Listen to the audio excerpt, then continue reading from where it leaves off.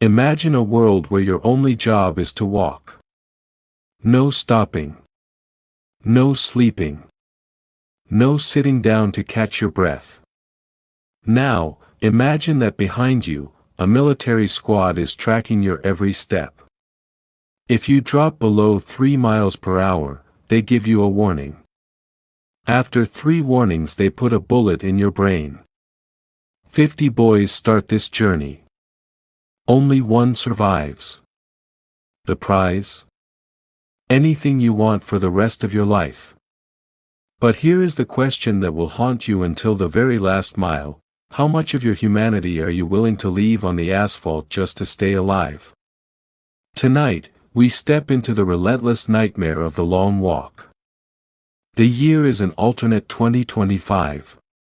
America is a totalitarian shell of its former self, ruled by a military regime. Every year, they hold the Long Walk, a televised death march designed to inspire the poor. Our story begins with Ray Garraty. He's just a kid, looks like he should be at a prom, not a funeral. His mother, Mrs. Garraty, clings to him at the starting line, her face a mask of pure agony.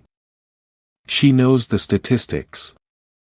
She knows her son is likely walking to his grave. Ray steps onto the road and meets the Major. Played with a terrifying, charismatic malice by Mark Hamill, the Major is the architect of this slaughter. He speaks of honor and willpower, but his eyes only see targets. Beside Ray stands Pete McVries. Pete is different.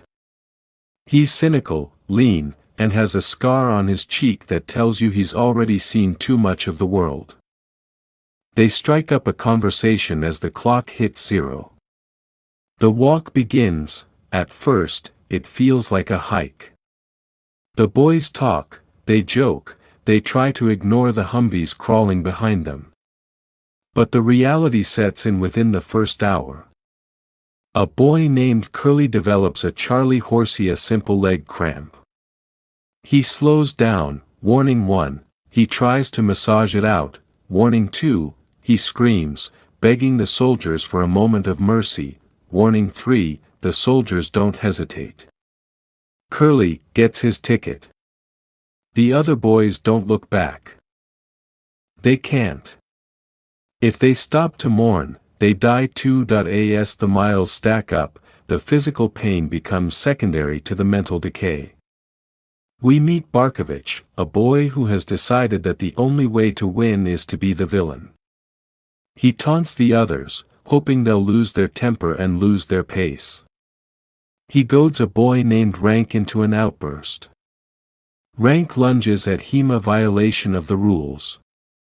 The soldiers open fire. Ray and Pete watch this play out, and a dark bond begins to form. Pete reveals he's walking because he has nothing left. Ray, however, has a secret. He didn't join for the prize money. He joined for revenge. His father was taken away by the Major's men years ago. Ray wants the wish so he can ask for a rifle and finish what the regime started. Pete warns him. Even if you win, he says, that wish will be your execution.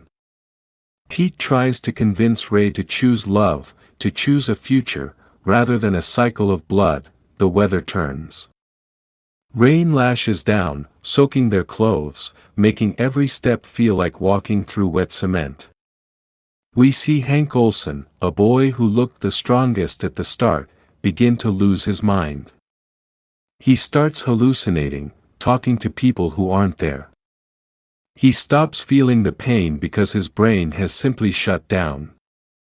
He walks until his body literally gives out, falling forward like a felled tree. 3 days in. The road is littered with the tickets of the fallen. The crowd on the sidelines is the most disturbing part. They cheer. They bet on who will die next. They treat these dying children like athletes. Ray's feet are a mess of blisters and blood. Every step is a scream. He and Pete are now part of a small group trying to keep each other sane. There's Arthur Baker, who is kind and quiet, and Harkness, who is trying to document the walk in a notebook, but one by one, the lights go out. Harkness loses his pace while trying to write. Baker starts coughing up blood. His internal organs are failing from the sheer stress. The Major reappears in his jeep, tossing out water and encouragement like he's feeding pigeons in a park. Ray stares at him with a loathing so deep it's the only thing keeping his legs moving. We see a moment of extreme tension when Pete almost gives up. He sits down. He's done. The soldiers count down. Ray screams at him, pulling at his arms, begging him to move. In a moment of pure, raw desperation, Ray manages to haul Pete to his feet just as the third warning is about to expire. They aren't just competitors anymore. They are two souls tied together by a fraying rope. Day 5. 300 miles. Only 3 boys are left, Ray, Pete, and a mysterious, quiet boy named Stebbins. Stebbins has been a ghost the whole time. Walking at the back, never receiving a warning. He finally speaks, revealing a crushing truth: he is the Major's illegitimate son.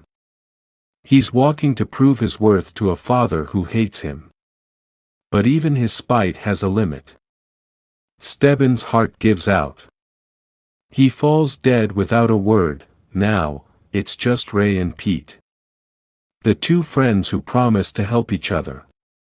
But there can only be one. The ending of the film deviates from the book in a way that is gut-wrenching. Pete, seeing that Ray is fading, tells him to keep going.